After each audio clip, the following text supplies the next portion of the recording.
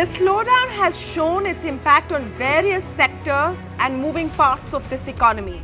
But did you know it was having a very real impact on stress levels and mental health as well? A report in the Economic Times talks about studies that show a spike in mental stress and anxiety complaints, especially in the last few months. Now, one of these studies quoted in the report, in fact, talks about a threefold increase in anxiety complaints just between June and August. According to these studies, senior executives, professionals and business owners are most vulnerable. So is the slowdown giving you or someone you know the blues? And how do you deal with it? To speak more on this, I'm joined now by Dr. Shobhana Mittal, a psychiatrist with CIMBS, one of the agencies that has conducted these studies. I'm also speaking today with Rituparna Chakravarti, Executive Vice President and co-founder of TeamLease. I'm also today joined by Feroz Aziz, Deputy CEO at Anand Rathi Financial Services. Welcome to all of you and thank you for joining us today. Dr. Mittal, let me begin by asking you about these studies which have been quoted.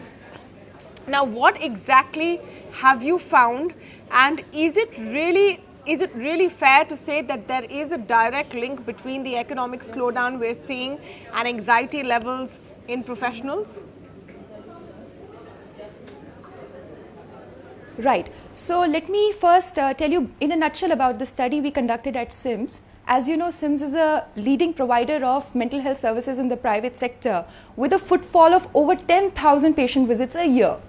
In the last 5 years, we have seen a threefold rise in depression and anxiety related cases that come from the corporate sector, people employed in the corporate sector, people in high demanding jobs, professionals mostly. So then we thought that, okay, let us just analyze these numbers a little more. And what we found is that this year, the last winter that went, the number of professionals coming with depression and depressive disorders was twice as compared to the previous winter of the same time frame. And when we looked at the figures for anxiety disorders, what we found was that the number of people who came with anxiety disorders, their number was threefold as compared to just even 6 months back. And these are people in whom the anxiety disorders were triggered very, very particularly with stress factors related to the economy or related who came to us had a personal lived experience with either losing a job or having suffered a financial loss or having their money stuck in the share market. Yeah. But a lot of them were also people who with anticipatory loss, that okay, what if I lose my money? What if I lose my job? So there is a lot of uncertainty, there is a lot of risk that people are experiencing in today's time, and whether it correlates with the economic waves or not is open to interpretation. In the study, we saw that there was a direct correlation. No, so Dr. Mittal, give me a sense. So obviously these are people then who have sought help for the anxiety they're feeling. So one can safely assume the actual number of people feeling this or experiencing this may be manifold more, because we know generally that fewer people go and actually seek help. Absolutely. I want to understand. Because we are talking about a study. Yeah, I want to understand whether they're talking about what they have experienced already or what they fear is going to happen. Whether this is a situation compounded with a lot of gloom and doom news out there, with a lot of chatter among businesses and in offices, about falling sales or, bad financial health of that particular company. Where is it coming from? Right. So we are talking about a study that was conducted in the national capital. Though the patient profiles we saw came from all backgrounds and not only from Delhi, but here is a study that has been conducted in Delhi. And these are people who have reached out for help. As we know, when it comes to mental health issues, people who reach out for help are barely the tip of the iceberg. When we look at the actual numbers, if we would like to extrapolate it to the general population, I'm sure these figures are very small. The actual numbers would be much larger. And the kind of patient profile that came with the anxiety and depression related to financial risk or financial loss were both people who had lost money or lost their jobs, or even people who anticipated that loss. So the anxiety related to seeing their colleagues lose their jobs and then anticipating the same for themselves. So a lot of this is not really just the lived experience, but also the anticipation of what's going to happen, the entire uncertainty. And see, when we look at economic numbers and figures, there is a human cost to it. The kind of patients we see, they range from right from your industrialists who are manufacturing, for example, tires, to the local Kiryana shopkeeper, to salesmen who are unable to keep up with the sales numbers. Yeah. And not just people who are professionals, but also their spouses. Sometimes, we see people who've come to us. Right. And when I'll come to you. I'll come to you, Dr. Go Mittal. to the root yes, cause of as we go through depression, the show. anxiety. Sure. As we go through the show, I'll come to you on more points. And this is very interesting. But I'd like to get everyone's perspective on the panel. And it's an open debate. If someone has a point to come in, please indicate, and I'll come to you. But I'll come to you, Rituparna, next. Do you really buy into the basis of this argument or this theory? And it's very interesting and important to look at, because so far we've been looking at slowdown from a purely economical point of view, from statistical point of view, as Dr. Mittal said, and not really about the cost of what it does to people's mental health. Have you seen any signs of this with your interactions with companies, with staffing?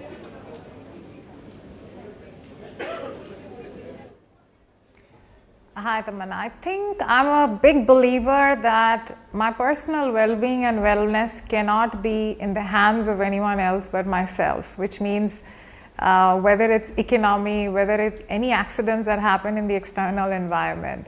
But yeah, I do agree that, and not just on account of slowdown, there seems to be a growing level of anxiety or a growing level of mental disturbance in the corporate sector and professionals at large. And honestly, while this particular study may have been, the timing of the study may have coincided with the slowdown, but if you recall a few incidents that happened in corporate in India a month or so, a couple of months back in Bangalore, have been very disheartening.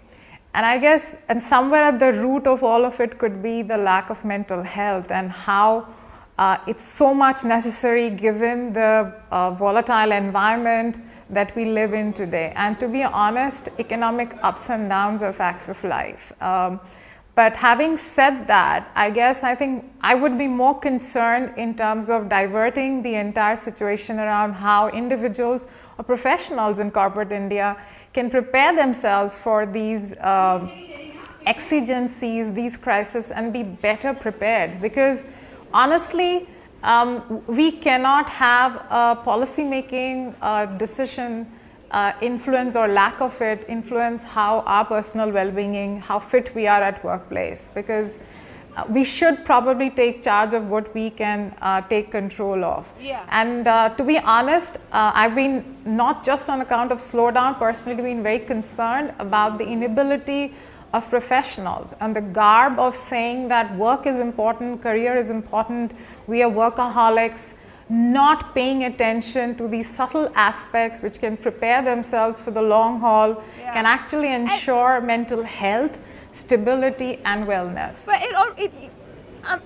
Rituparna, you're always making it sound like anxiety is a choice or something someone brings upon themselves, or those stresses are something you can choose not to have. No. I do not, I agree. I think it's not a choice, but I think given the kind of competitive environment we live in, given the external factors which are moving around, and honestly being a professional and being a part of the corporate India, I think at some level we have made that choice of being part of this kind of an ecosystem, this kind of an environment. And once we've made that choice, I think it's important equally for us to be responsible that how we deal with it, how we sustain ourselves with the long working hours and still be able to, have a chin up. Okay. And I think sometimes I feel that we are not making those choices which can help us sustain ourselves in the long run. We'll come to that. We'll come to that. But I just want to make a distinction here. We're not talking about everyday, regular work stress, anxiety, competition. We're talking about a situation related to the slowdown. Feroz, I want you to come in here as you know, as someone who helps people plan their finances, because a lot of this anxiety is coming from financial uncertainty. Will I be able to pay my bills next month? What happens if I lose my job? What happens if I have a pay cut? Who will pay, you know, the fees for my children's schools? All of those things. People with responsibilities and dependents seem to be more vulnerable to this kind of an anxiety in this situation. Have you seen that, and what would be your advice? I think, Tamanna, I completely subscribe that economic downturns definitely increases the anxiety levels in human beings in that zone or that country. Point one, I think from a slowdown perspective and its impact, I think there have been studies by psychiatrists which say that the portion of the brain which gets activated when you lose money is the same portion which gets activated when you face death. So that's the kind of extrapolation from losses you could have from a mental agony perspective. So point one, I definitely believe that financial trauma spills over to mental ill health. Point one. Point two is that what happens is when you're looking at these kind of risks, anxiety is going to be high, but anxiety, just being anxious about it, is not going to solve the problem. Yeah. There are very, very tangible solutions when it come to these kind of stresses you go through. And the third bit is, anybody who goes through stress actually increases the chance of it impacting him or her so much more. So I think as an advisor, I definitely counsel people to use one of those methods which are available to protect themselves during economic downturns. So I subscribe to the study, yeah. But one thing which we have to keep in mind, there has been a paradigm shift in the awareness in terms of disclosing the mental health. So if you see an exponential increase in people visiting psychiatrists, that's not just because there is a change in stress levels, but there is more openness due to campaigns being run that people have to be more vocal about mental stress, unlike just the physical one. No, absolutely. So there's larger reportage which could make it seem like there are larger numbers of people who are undergoing this anxiety. I get that point, but is it just a matter of more data being available, or is it actually an increase in the current situation? That could be debatable. Dr. Mittal says that, you know, her studies show a huge spike between June to August, which coincides with a lot of the gloom and doom news coming on the economic front. If I'm not mistaken, Dr. Mittal, the studies also show an increase in vulnerabilities for those who belong to sectors which are facing the biggest hits, whether it's, you know, auto, etc. There may or may not be a connection. Let me move to solutions. Because those who are facing this believe it and may be looking to some kind of an answer from this discussion. So let's give them some takeaway from this. So let me start with you, Dr. Mittal, on what individuals can do. And just brushing it off is not really a possibility. So what can you do? So first of all, we have to be aware of mental health issues. Like we just discussed, definitely awareness is on the rise, but we still see that there is a lot of stigma in approaching a mental health professional when people are suffering from stress, anxiety, depression. And we also see a difference in men and women when they suffer from anxiety and depression and their readiness to reach out for help. What we see in the clinical sector is that women are more readily amenable to reaching out to talking to somebody, whereas a lot of times men are not. So there are gender factors at play as well, and we have to be aware that it is not just the professionals. See, when there is a professional working in a organization, they have resources that are available to them. There is an HR who's available, there is an organizational structure that is there What about self-employed people? What about the shopkeeper? What about a person who's responsible for salaries of maybe 20 or 200 employees working under them? So even people who are self-employed have been hit by the financial uncertainty and stresses related to that. And there is no negating the human cost. Let us not ignore that when we look at economic numbers and figures. Ultimately, it affects humans at a day-to-day level. No, absolutely. The financial planning of a household, whether people in that household, whether children can buy their toys, whether the family can take a vacation, whether children can enroll in certain.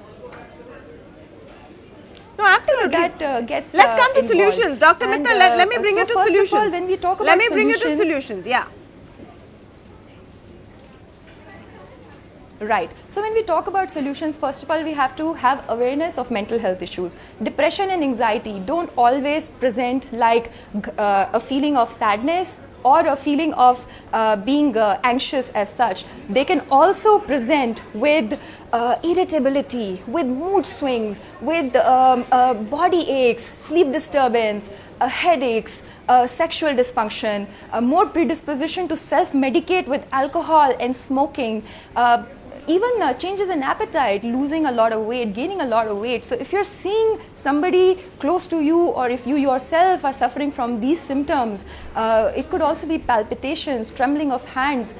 Please be aware that this could be a manifestation of underlying depression or underlying anxiety. Do not ignore sleep disturbance. Do not ignore mood changes. Do not ignore appetite changes. And once you are aware, only then you can seek help. The second step is seeking help. Seek help, talk to people around you, talk to people in your organization. If you have an HR, if you have a counselor available in your organization, talk to them, reach out. People are sensitive about mental health issues. Things are different today than they were 20 years back. Do reach out for help. Also, social support systems matter a lot. Be it with your friends, be it with your family, be it with other people who may be going through the same things. But don't ignore depression and anxiety. Please, in case you notice symptoms of depression and anxiety, do reach out to a mental health professional. Because the cost of ignoring depression, the cost of ignoring anxiety is too high. It could be suicidal behavior. It could be a decline in your physical health. It could be a decline in your concentration at work. And that makes absolutely sense. But the fact is that a lot of people don't choose to immediately reach out. They first wait to see if they're actually in that situation. Ritu, as a professional, as someone in the corporate space, and as someone who deals with HR practices of companies, what do you think should be done?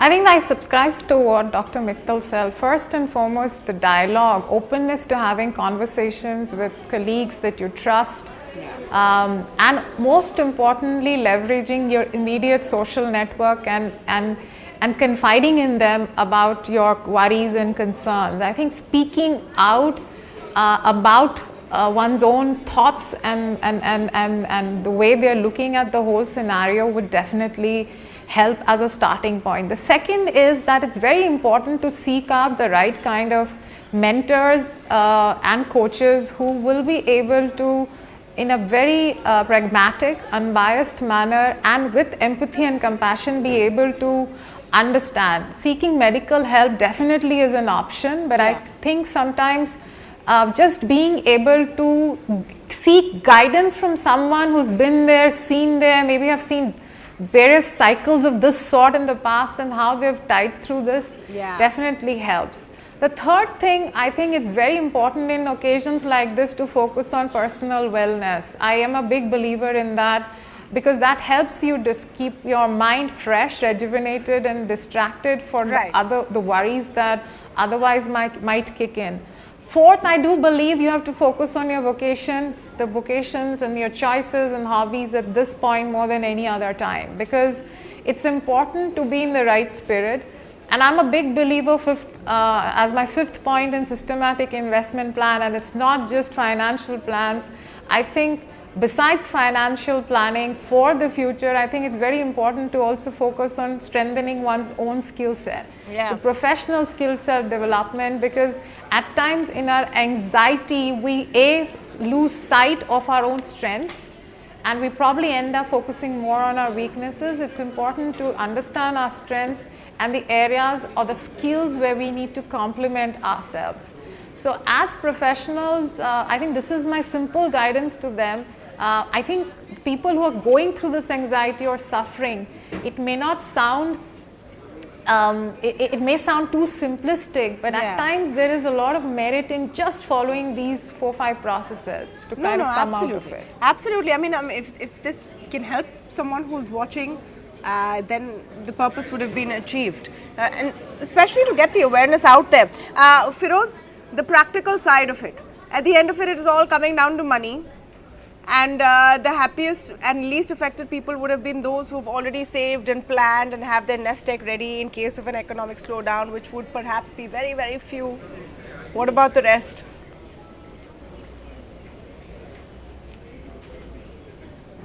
Hello, Tamanna.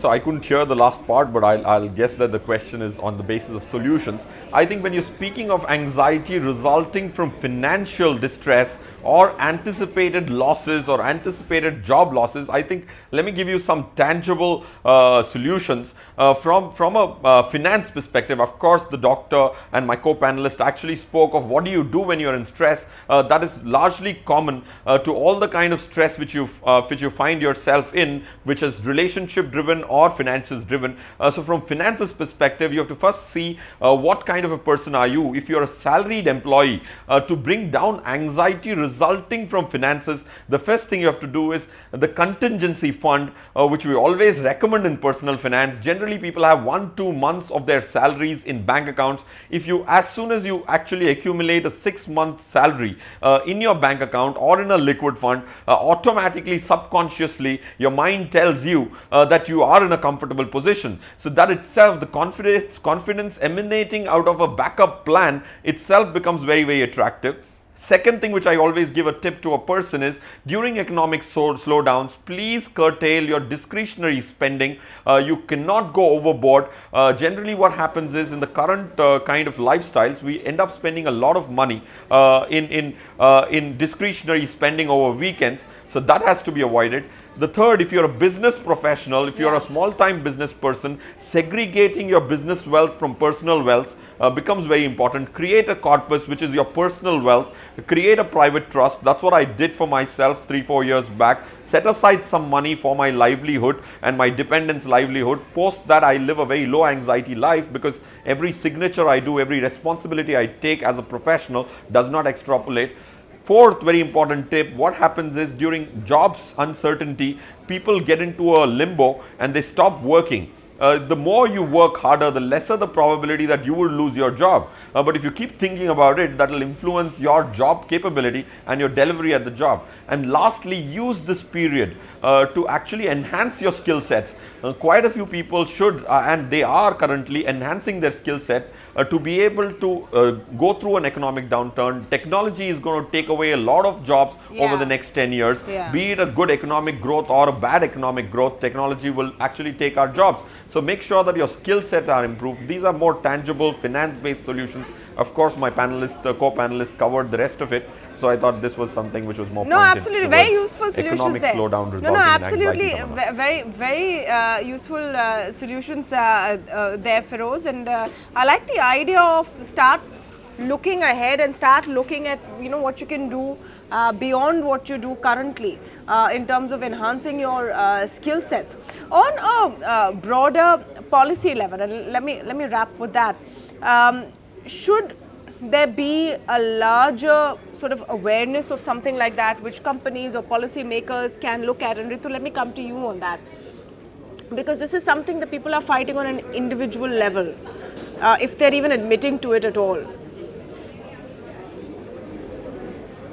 Right. So I think it's very important for organizations to understand that there is this maybe unspoken still, but breeding anxiety amongst their workforces. And rather than waiting for these employees to come and speak about it, I think it's very important for organizations to now proactively communicate with the employees in terms of the messaging about their own organizational goals, priorities, how they are hoping to tide through, and actually collaborate with the employees to kind of come out or tide through the situation. Such openness in conversations and dialogues and proactively doing that with employees will definitely set the morale right within the organization. And honestly, let's look at it from the economic perspective, from an organization's own outlook. Finally, if the work needs to get done, while there is a slowdown, there is a difficult probably patch that some of them are facing, but it's important that organizations, and we continue to deliver to our goals and stay the course. At that point of time, it's just not affordable for organizations to let employee morale sink or employees getting distracted. And hence, whatever they can do to kind of reach out to employees, and if they're seeing signs, there are telltale signs, by the way, and if there are HRBPs appointed across the organizations, I think they need to be proactively picked up, and those conversations one-on-one needs to be had. If special wellness programs like the suggestions game on financial planning, certain courses, certain workshops of those sort can be organized, I think it will help tide through the current situations. Also counseling sessions on skilling, like we've all talked about skilling, that what are the different options that are that's going on. And sometimes employees get affected by headlines news. Yes. It's very important for organizations to break it down for them from the perspective of those individual organizations, the industry that they belong to, and what's that industry's outlook. So a lot of panic, anxiety is on account of very little information and a lot of probably lack of understanding. Absolutely, and I'm going to take that point on Ritu, because we as journalists are in the business of telling you what's happening in the world, in the country, on the economic front. Does it mean it's going to impact you individually, immediately? Perhaps not. So I take that point, that look at the headlines, keep yourself informed, but don't let it impact you personally and emotionally beyond a point and create a sense of panic and stress. I want to thank all of you for this wonderful conversation, and again wrapping this with the hope that our viewers would have really benefited from what we've talked about today. On that note, thank you so much for joining us on the India Development Debate.